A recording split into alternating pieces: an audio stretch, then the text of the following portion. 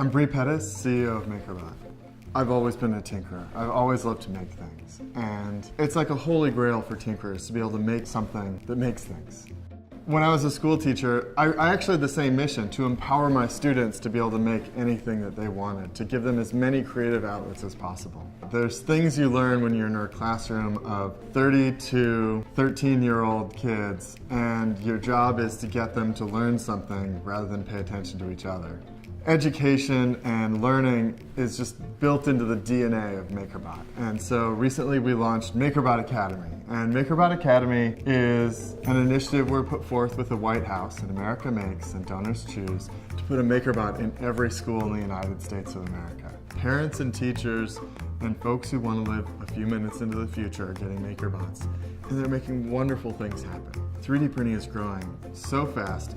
It's really a new way of designing and creating and manufacturing. One of the powerful things about getting more MakerBots out into the world is that it's fueling the next industrial revolution. We're seeing the light bulbs go on over people's heads, and it's democratizing innovation. It's empowering people to take ideas and make them real in a way that they couldn't before.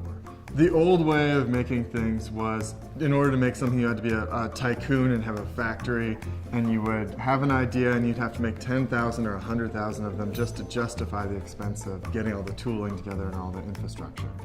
We've seen it in developing nations go in, and in places like Haiti, they're using it to make umbilical cord clamps that they can't get a hold of, but they can make on the MakerBot.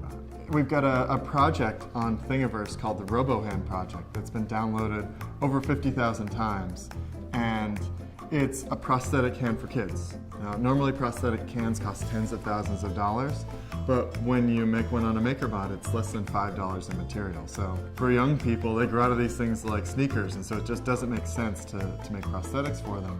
When you have a MakerBot, it's not a big deal.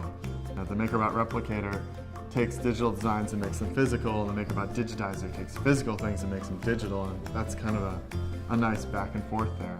So the way a MakerBot works is you take a digital design that you've either designed, downloaded, or scanned. Then you press the Make button and it sends it over to your MakerBot Replicator 2 desktop 3D printer. And the machine squirts it out and draws a picture. And when it's done, it lifts up a little bit and draws another picture. And layer by layer, it creates your model. Until when it's done, you snap it off and you've got your thing that you've designed. It turns out once you have a MakerBot, the way you think changes, and you don't go back. You have a MakerBot and you see the world in a different way. Instead of imagining, when you want something, instead of imagining like, where am I going to go buy it, you think, maybe I can just make this. You have the freedom to have like weird ideas and try things out and push the limits, push the edges, so you can make more innovative products, make better things in the world.